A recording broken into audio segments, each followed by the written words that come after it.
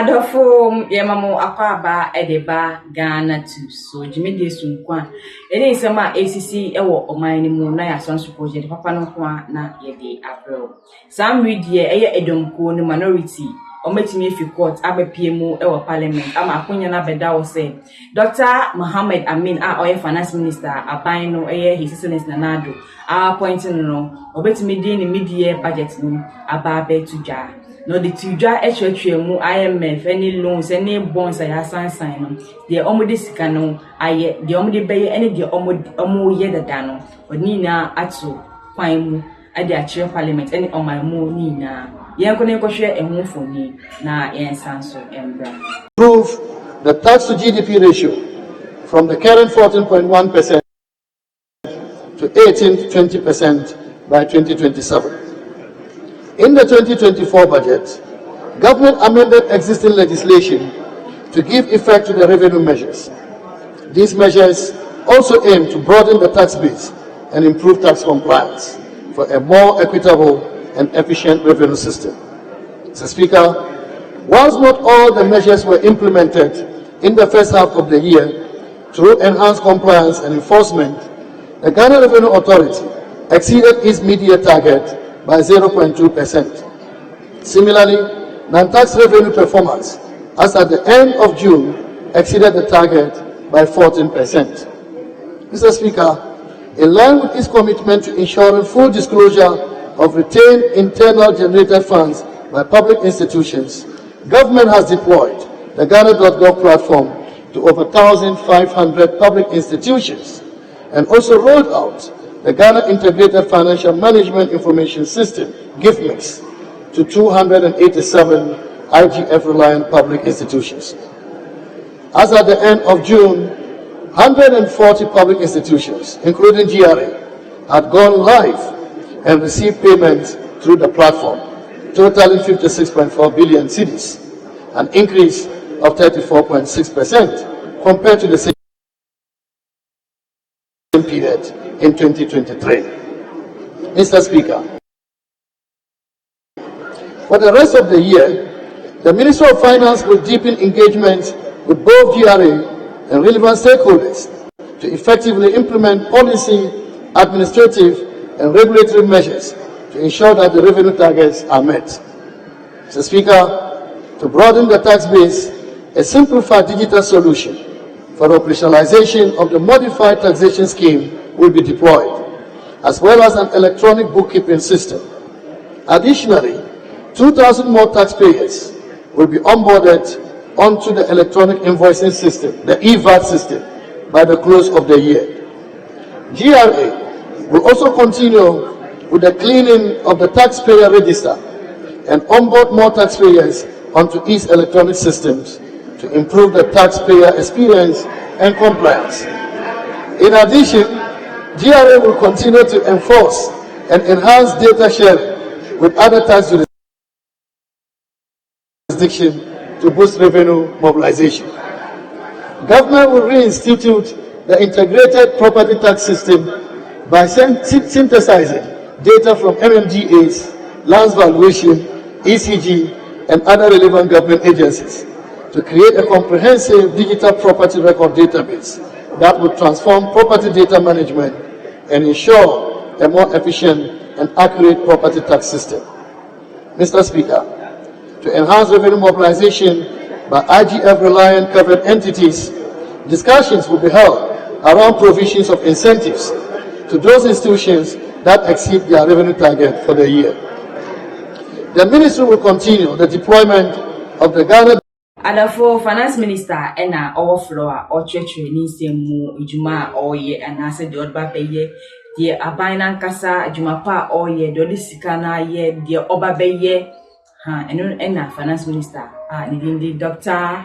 Mohammed Amin oye new finance minister kwa nde ena o hwe ne bobre se ejuma na eye mampanyi e di ahye ne nsa no obetimi aye ama Ghana etima fa ne ntuma pa efra .gov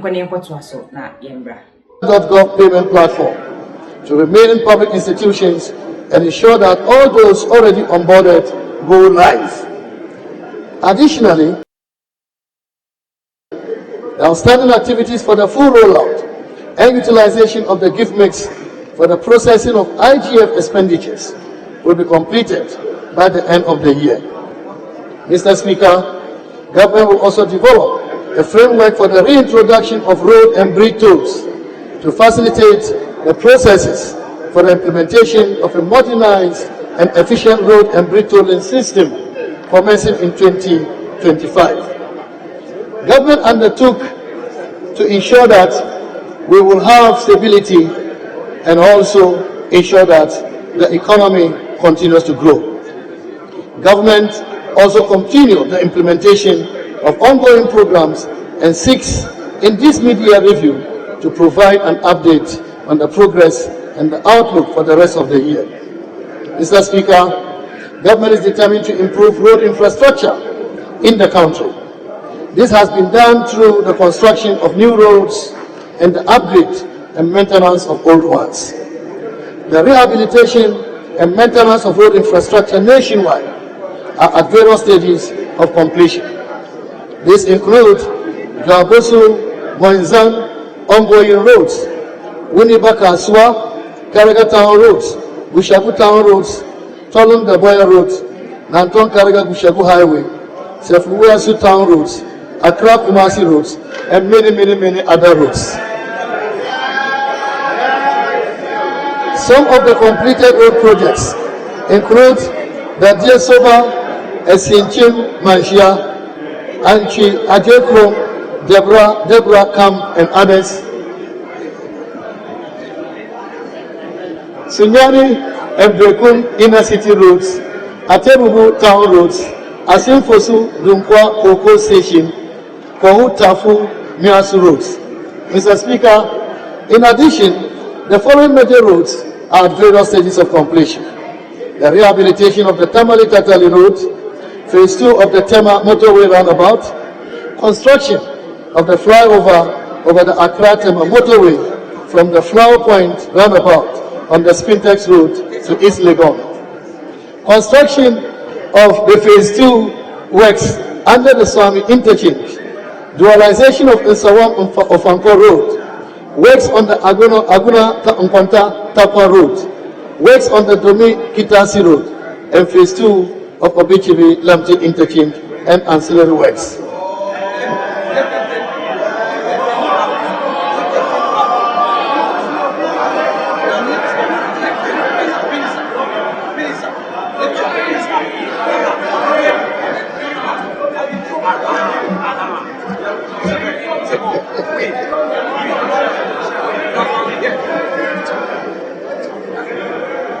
Mr. Speaker, our commitment to building an efficient railway network is not just about transportation.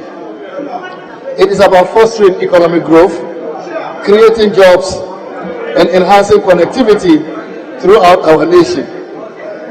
The Nsawam Accra Tema railway line is completed and in use. The construction of the iconic Tema to Mpakadam railway line is 99% complete and is expected to be fully completed this year. The construction of the Kodokrom Manso section is expected to be completed before the end of 2024. The Manso Honey Valley, which includes the extension of the line into the Takoradi port, is expected to be completed by May 2026. Mr. Speaker, government constructed about 10 fishing ports to improve the livelihood of fishing communities. And for Finance Minister, Enna overflow or church needs mu Juma or ye and I said the Oba Beye, dear Abaina Kasa, Jumapa or ye, Dodisikana ye, dear Oba Beye, and Enna Finance Minister, the Dr.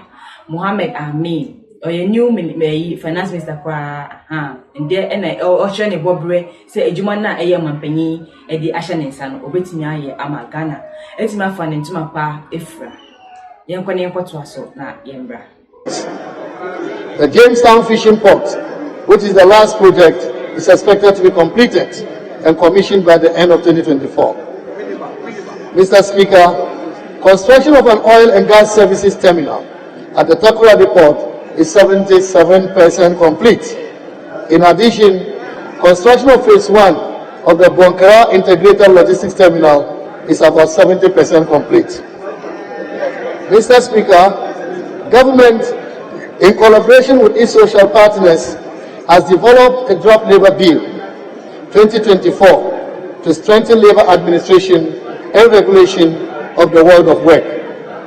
Key reforms proposed include strengthening labour migration governance, improving employment coordination, extension of maternity leave, and introduction of paternity leave, among others. The labour law is expected to be promulgated before the end of this year. Government continues to reform and position the Youth Employment Agency as a facilitator of jobs for the teeming youth of our country.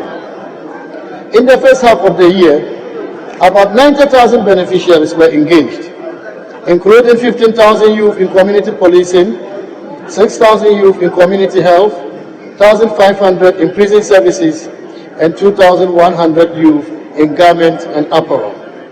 Mr. Speaker, as part of the preparation towards the conduct of the 2024 presidential and parliamentary elections, the Electoral Commission registered voters in 268 district offices and 775 electoral areas. The Commission also compiled the special voters list and managed applications for vote transfers and proxy voting. Mr. Speaker, during the first half of 2024, the National Commission for Civic Education carried out sensitization and awareness creation for a total number of 3.1 million people regarding the peaceful conduct of the 2024 general election. Mr. Speaker, as part of activities to effectively coordinate security coverage for the electoral activities this year, the Police Service has established the Police Election Security Secretariat under the authority of the National Election Security Task Force. Mr. Speaker, in line with our commitment to upholding the rule of law, we have constructed a 12-story state-of-the-art law house to accommodate the Office of the Attorney General and Ministry of Justice. This significant project, originally initiated by His Excellency the President during his tenure as Attorney General in 2001, was officially commissioned by him on June 10, 2024. Mr. Speaker, there has been a consistent reduction in irregularities reported by the Auditor General since 2020. Between 2022 and 2023, irregularities reduced by 32%, amounting to savings of about 5.2 billion Ghana cedis. Also, due to the policies, guidelines, and the PFM measures implemented by the Ministry of Finance, about 99.26% of all irregularities identified in 2023 by the Auditor General are recoverable.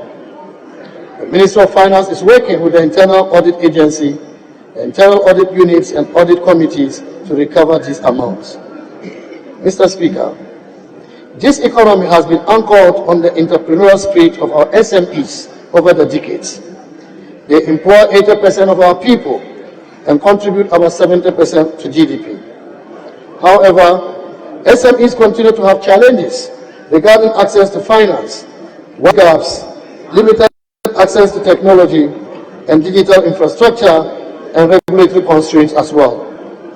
Mr. Speaker, as I indicated earlier, the SME Growth and Opportunity Program, SME Go, has been launched to connect SMEs with resources, expertise, and opportunities. Altogether, we've mobilized about 8.2 billion Ghana cedis through Development Bank Ghana, Ghana Exim Bank, Ghana Enterprise Agency, and other partners for SMEs to grow and increase competitiveness in regional markets. We are grateful to the IFC for the $400 million and to the Africa Development Bank for the $45 million support provided towards this program. We will also continue our collaboration with key institutions such as Ministry of Trade and Industry, the Ghana Commodity Exchange, the Venture Capital Trust Fund, GESAL, NEP, MASLOC, and YEA to support the SME ecosystem in this new era of SME development. Mr. Speaker, We prioritize the agricultural sector due to its far-reaching impact on the economy and livelihoods. To improve our food security, we are implementing the Enhanced Planting for Food and Jobs Phase 2. Through this program, we introduced the input credit system and adopted technology-driven platforms, enabling farmers and value chain actors to operate transparently and efficiently. Mr. Speaker, to support the private sector in enhancing fish and aquaculture production, we've scaled up the supply of premix fuel since January 2024. Adafo finance minister ena wakasam. Mr. Still, also do a drink beba, na makankan bufefe ediamo. Nede di kanya oshia, menfoni yeswa, obe subscribe, na wa like, na wa share, ama fofron su ehunjuma pa. Ghana tube ye diabwa, o maino, some media macram.